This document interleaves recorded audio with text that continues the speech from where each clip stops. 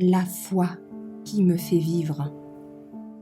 Jésus, notre modèle parfait, le 1er août. Imitez le Christ.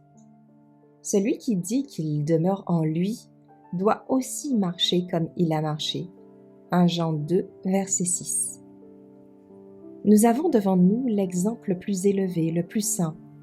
En pensée, en parole et en action, Jésus était sans péché.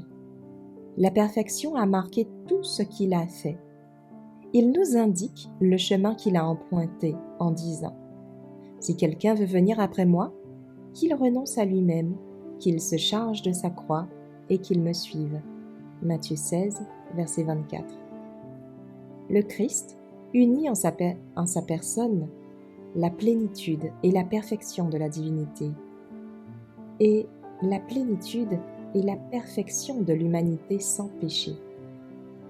Il a rencontré toutes les tentations par lesquelles Adam a été assailli, et il a surmonté ces tentations parce que, dans son humanité, il s'est appuyé sur la puissance divine.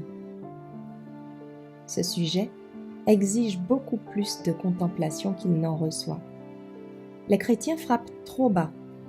Ils se contentent d'une expérience spirituelle superficielle, et par conséquent, ils n'ont que des lueurs de lumière, alors qu'ils pourraient discerner plus clairement la merveilleuse perfection de l'humanité de Christ, qui s'élève bien au-dessus de toute grandeur humaine, de toute puissance humaine.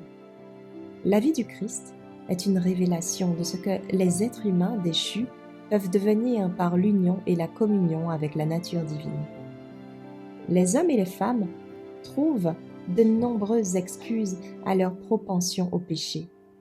Le péché est représenté comme une nécessité, un mal qui ne peut être surmonté. Mais le péché n'est pas une nécessité.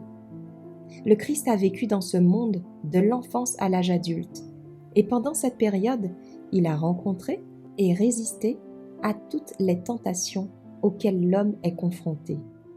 Il est le modèle parfait de l'enfance, de la jeunesse et de l'âge adulte. La vie du Christ a montré ce que l'humanité peut faire en participant à la nature divine. Tout ce que le Christ a reçu de Dieu, nous pouvons aussi l'avoir. Alors demande et reçois, que ta vie soit tricotée par les liens cachés avec la vie de Jésus.